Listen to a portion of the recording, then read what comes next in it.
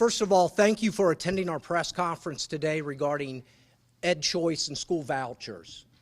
My name's Mike Holbrook, and I have the pleasure of serving as Superintendent of Hamilton City Schools here in Butler County. Today, we have representatives from Hamilton County, Butler County, Warren County, Claremont, and Preble County, all standing in unison to support Senate Bill 89 as the first step in school voucher reform. Senate Bill 89 represents a fundamental shift in our voucher system from a failed school approach to an income-based approach. We know that the data used for the failed school approach that is generated by the state report card is flawed, and this must change. Senate Bill 89 will end the policy that forces public school districts and taxpayers from paying for private school tuition. A recent poll conducted by the National School Boards Action Center concluded that 73% of voters do not favor using public funds for private school tuition. 73%. Currently, this year, the state of Ohio is allocating nearly $1 billion for charter schools as well as school vouchers. That's $1 billion that is not getting into public school classrooms. This must change now. Although Senate Bill 89 is the first step in school reform, any final legislation must include the following pieces. It must include a plan that ends the failed school model based on a flawed state report card system. It must include moving to an income-based approach that prioritizes low-income kids, with the neediest kids getting top priority. This was the original intent of school choice in Ohio when it was initiated. The current state report card model is unfair, biased, and inaccurate. It is labeled communities, districts, and schools as failing. And nothing could be further from the truth with that. A plan must also directly fund a model from the state that does not take monies away from public schools. If the legislature determines that vouchers are good policy, although 73% of the public says that it isn't, then we simply ask the legislature to pay for them and end the shell game being played with locally voted property tax dollars and state dollars. Community members who have supported local school tax levies did not support those levy dollars going to pay for private school tuition. A plan must require all schools that accept vouchers be held to the same accountability standards as public schools. Enrollment policies that do not discriminate against any student who applies using a voucher must be included in any plan. As Ohio moves to real, true reform, addressing the state testing issue and addressing a flawed state report card system is a must. Both are ineffective, flawed, and are at the real heart of this issue. Today, you're going to hear testimony and conversation from a number of different individuals. We're going to have the president of the Fairfield School Board and Butler Tech School Board, Michael Burton, who is also a parent of someone that has sent their children to private school, speak. We're going to have Julie Gibson, a parent from Middletown City Schools, speak, and we're going to have Todd Bowling, who's the superintendent of Northwest Local Schools in Hamilton County, speak. It is my distinct pleasure right now to bring to the podium Mr. Michael Burton, President, Fairfield City Schools and Butler Tech. Michael.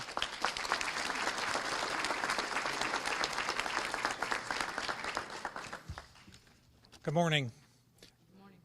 I'm Michael Burton, President of Fairfield City School District Board of Education and Butler Technology and Career Development Schools Board of Education. First, let me state that I am a proud product of Catholic education at St. Catherine Elementary in Cincinnati and St. Xavier High School.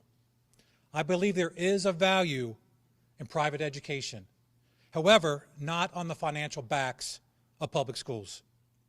With EdChoice, public schools are being punished for their lowest performing test takers.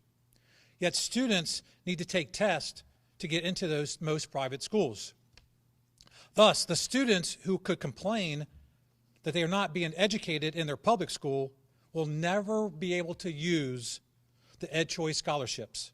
It's only the students who are succeeding in our public schools who will be able to take advantage of the opportunity that the state has afforded them. And there lies the issue. The scholarships are supposed to help the children who claim they can't get a good education from their public school. That's not what's going to happen.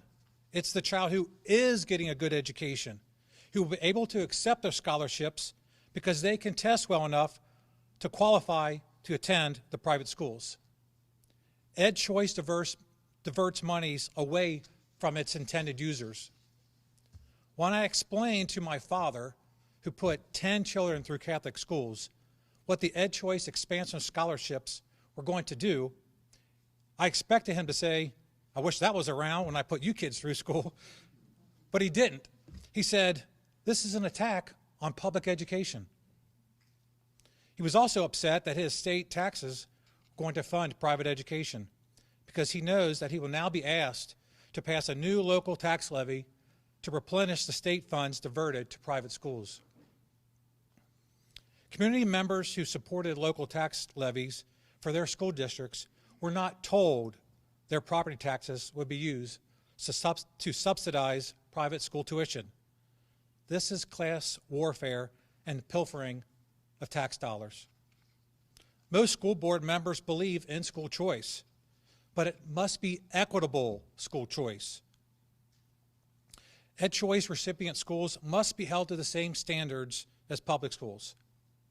If a private school accepts EdChoice vouchers, then they should be forced to take all students that apply. Public schools must take every child that comes to the door to be educated. Some people believe that it would be unfair to make private schools take all that apply because private schools would fill and have no room for other applicants. Public schools can't refuse a student because the schools are full. We must adapt, expand our classroom sizes, go back to the local taxpayers to build new school buildings. Once a school opens the EdChoice revenue stream, they should be held to the same entry standards that the public schools in Ohio must follow. My biggest issue is students are not required to have attended their local public school to access the scholarship money. The public schools may have never received any funds for that student and never had a chance to prove they could educate that child, yet must now pay for that student to attend a private school.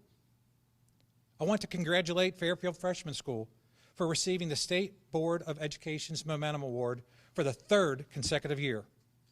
However, according to ODE, under the EdChoice, any current Fairfield City School 8th grader can avoid attending this award-winning school next year as a 9th grader because our senior high school in grades 10 through 12 is on the EdChoice list.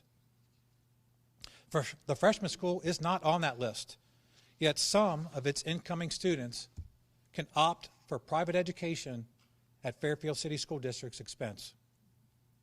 I'm very proud that my wife Susan and I sent our 4 children through Fairfield City Schools. They are thriving in adulthood. Their school system did not fail them. They all graduated with honors, yet with different GPAs because children learn at different speeds. My children have some friends who are not productive members of society. Their schools did not fail them either. Those friends made a series of bad decisions that caused them to struggle through life. I was fortunate to be at the Ohio State House last week to witness the House overwhelmingly pass the amended Senate Bill 89 by an 88-7 vote. I urge the Senate to work with the House to significantly reduce the number of buildings on the eligibility list or phase out district-paid EdChoice vouchers, thus ending the failed schools model for vouchers. I asked them to limit the income-based voucher eligibility to 250% of the poverty level, with the poorest kids getting top priority, and require state to pay for those vouchers.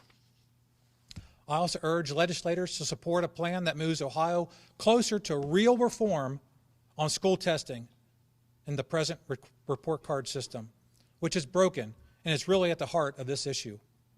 Our students and teachers are spending too much time on state and federally funded testing. Save our schools and save the institution of public education, where all students can succeed at the speed at which they are capable. Public schools meet children where they are, with our individualized learning programs to our vigorous advanced placement courses. Please contact your legislators today and tell them you want equitable school funding by ending the EdChoice scholarship expansion. Thank you.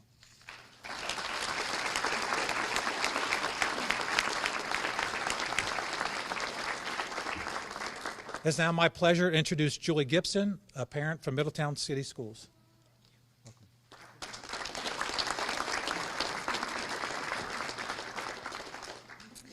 My name is Julie Gibson.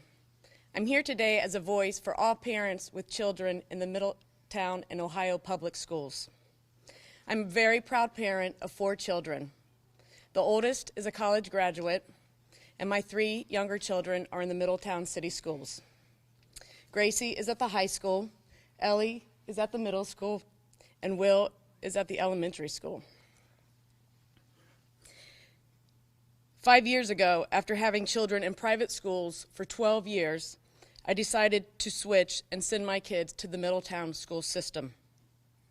The main reason for this switch at that time was for financial reasons. Naturally, I questioned myself, was I making the right choice for my kids, as I want the absolute best for them?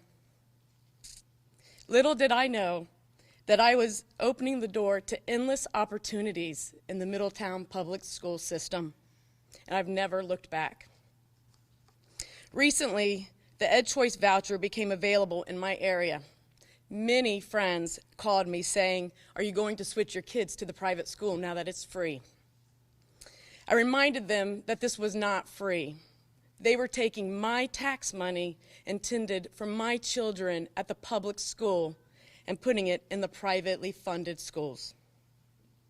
The state has no right to take the taxpayers' money and decide to do this. I am proud to say that the EdChoice program was not a consideration. I'm a believer in the Middletown City Schools, and here's why. The Middletown City School Administration has done the right thing for the Middletown schools.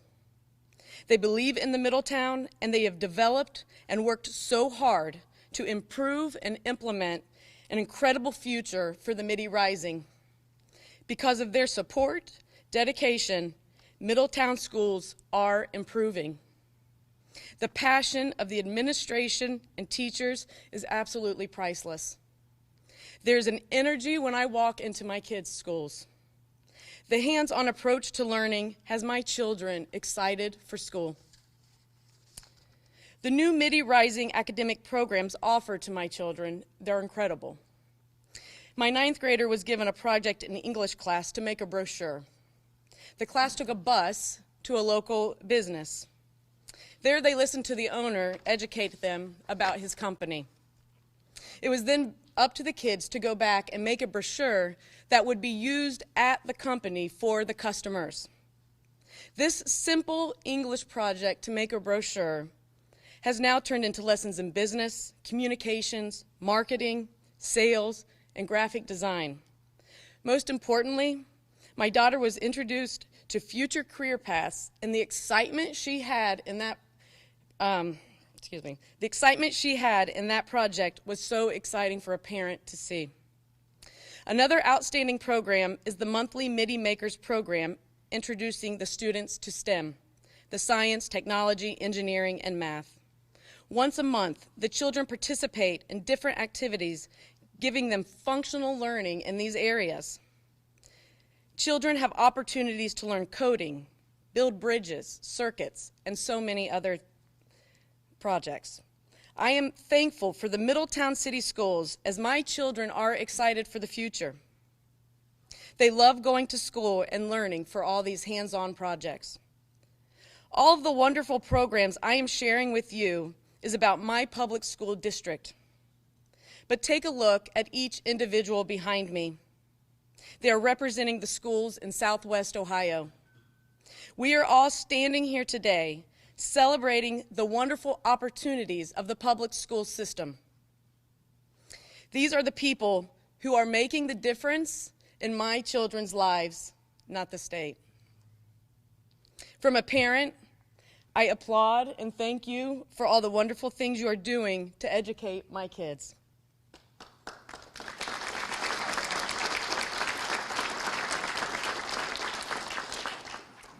The one aspect of life I can promise my kids is that change is inevitable. People and communities go through highs and lows. The people and communities who pull through the best and succeed through these hard times are the ones who always have the strongest support system. Our school system is no different. To offer the best possible education, the schools need the funding from the state. I'm here because the state continues to rely on what they call a flawed and broken report card system. If it is broken, why are you not taking the steps to fix it? Let's take a different spin on this. If Starbucks had bad reviews for their coffee, they would not be handing out gift cards to every person walking in, sending them over to Dunkin Donuts. They would invest the money back into their product. If the schools are failing, invest back. Invest in my kids and do not take away these opportunities and resources. Invest the money back to the areas that are broken. My kids are thriving, and I want to see them continue in this path. In Middletown, I personally know a handful of families who choose to send their kids to the private school. They have always had full intentions to send their kids to the private schools from day one.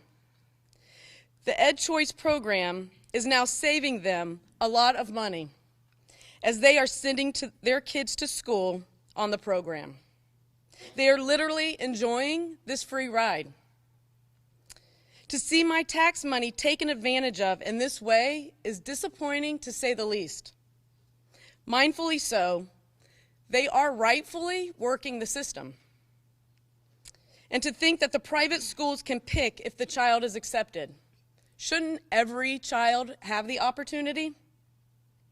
By doing this, you are taking away from my kids' opportunities. As a taxpayer in Middletown, I choose to send my kids to the public schools to be enriched with the benefits provided by my tax money. I do not want my tax money going to the private schools. Let them be funded privately as they were set up and intended to be. Stop depleting my kids of the opportunities because the funding is being handed over. The public school children are preparing to be our next leaders, medical workers, policemen.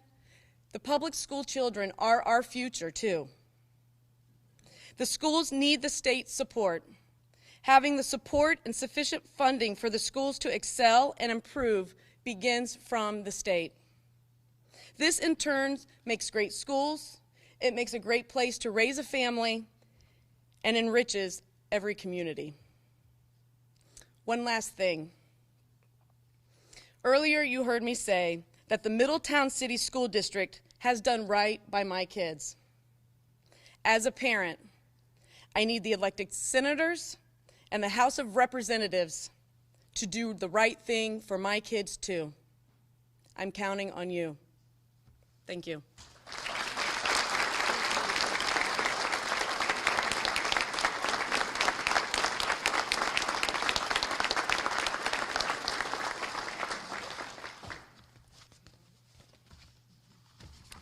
I don't really know if I can follow that. You have our stakeholder, and you have the three most important people in this room standing there. So I applaud you for speaking forward.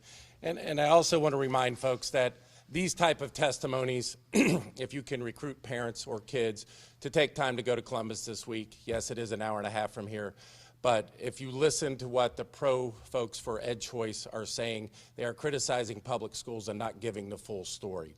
And any chance you would have to go up and speak on behalf of public schools and what it's done for you or your family would be greatly appreciated. My name is Todd Bowling. I'm the superintendent of Northwest Local Schools. Today we represent public schools, and we would like to address the current state of EdChoice and Senate Bill 89. This includes behind me board members, superintendents, treasurers, our families, and our most important assets, our students. We are here to talk about Senate Bill 89, which ends a failed school model for vouchers and moves to an income-based approach that prioritizes low-income kids, with the poorest kids getting the top priority. Ohio's school accountability system has major flaws in it. However, let me be clear. No one here today, no one in our classrooms, and no one behind me is opposed to accountability. We embrace it because we believe in the work of our teachers and our staff and what they are doing daily. What we have a problem with is the broken system. Our students and teachers are spending too much time on state and federally mandated testing, of which Ohio requires more than federal law. These are not diagnostic tests, which would be helpful, designed to inform and improve education that we are providing for students. They are instead high-pressure, high-stake tests that have taken a life of their own and are stressing out a lot of public school students. We believe we can do better if all of us, legislators, educators, and parents, truly collaborate and develop a school accountability system that works for Ohio schools, and most importantly, the three standing to my right. Senate Bill 89 begins the transition to a direct funding approach instead of the shell game deduct funding system Ohio uses today. It's been found unconstitutional for a long time. There's a reason for that. It needs to be fixed. Under Senate Bill 89, first-time voucher recipients will be directly funded beginning with the 2020-2021 school year by the state. If the legislator, in its wisdom, determines that vouchers are good public policy, I would simply ask that the legislators to pay for them and end the shell game of diverting locally voted property taxes to private school vouchers. The income-based approach is much healthier because it focuses on what really matters, which is the opportunity for young people. It's important to remember that's why we're here today, not to subsidize private education. We have to put an end to public schools paying for private school tuition. Senate Bill 89 puts an end to a flawed system, as we have said many times. When our funding is cut to pay for private schools, we then have to make reductions due to the loss of funding. I was asked in Columbus, if this goes through, how does it affect you? My class sizes will bloom from 1 to 20, 1 to 25, which we're lucky enough to have, up to 35 or 40 because we don't get extra funding. We've all been flat funded for 2 years. None of our taxpayers passed our school levy so their tax dollars could be subsidized for private school kids. Where is it in our Constitution that public tax dollars can be used to pay for private companies and religious-based schools with public monies? By inappropriately deducting aid from local districts, it diverts locally voted tax dollars to pay for vouchers. Northwest Local School District, as well as several districts behind me, have over 50 to 60% of our students on free and reduced lunch, and some even higher. We are capped in our funding, so we only receive out of the $6,000, $2,400 per student. Some behind me are even less. We have a flawed report card system that states over 1,200 schools are failing. This is not true by any means. In 2020, schools are better than they have ever been. We allow all students, and I emphasize all students in a public school system, to participate without any discrimination. Voucher advocates will say their plan is to provide a way for poor students who attend failing schools to give them a chance to attend private schools. Yet, there is no system of accountability. Test scores that were just recently put out by the Fordham Institute show they are not performing any better than public schools, and in most cases performing way lower than the school districts you see in front of you today. Letters from private schools to parents state that they will not change entrance requirements and that their enrollment is capped. They are discriminating against our students before they ever get a chance to apply. I would like you to meet two students. The first one is James. James is a senior at one of our high schools. He takes all honor students and advanced classes, and is a member of our choir, plays basketball, is a leader in our school, and has been accepted and will attend Mount St. Joe's next fall, where he will continue his basketball career and receive financial scholarships due to his outstanding academic record in playing basketball. The second student is Archer. He is also a senior at one of our schools. Archer takes a full schedule of college credit plus courses and AP advanced placement courses. He is a young life leader and a leader within our high school. Archer has been exposed to high-level academics and our Butler Tech career programs for the past 5 years. He has been accepted into 5 to 6 colleges, but he has decided to become a fireman so that he can give back to the community he comes from, a public school community.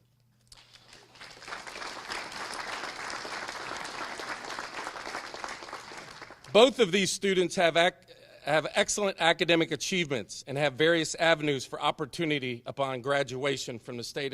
But now we have these kids graduating from so-called failing schools. These two are not failing. They do have a problem, however. James and Archer are two of our many high school students in our districts that are achieving success in public education. However, due to a flawed system, they are being told they are attending a failing school. What they would really like to know is why are they only worth $2,400 each and a voucher student gets $6,000?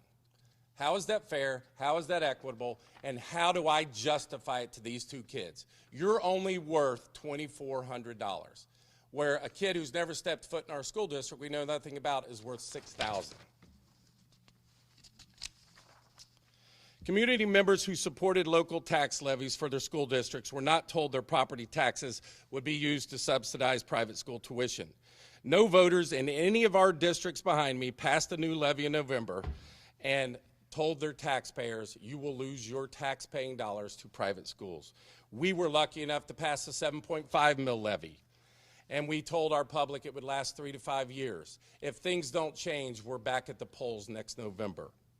Again, there is no system of measurement for private schools. They do not participate in audits. They do not have all certified staff as we are required to have, and there is no accountability. Private schools do not accept all students, just those that meet their entrance requirements. Public schools do not discriminate based on ability level, passing an entrance exam, or being a student with special needs.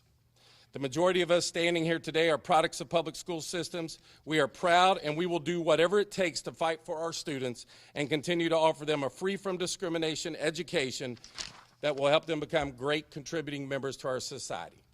We'd like to thank you for being here today, but as we end, we will be available to the media. But I think it's very important that you look beyond superintendents and go to treasurers who do the money on a daily basis, and most importantly, we have students and a mom up here.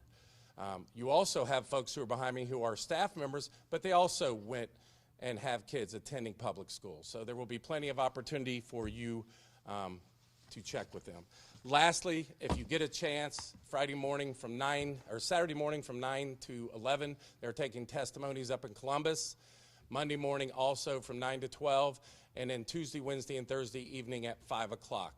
Right now, the game that's being played is pro EdChoice folks are showing up and talking about what a bad public school experience they had. I think you just saw from what was presented prior to me, that's not the case. And I think it's time for us to stand up together. Public Education Week is coming up the 24th, I believe. Make sure we're all supporting that, and thank you for your time today.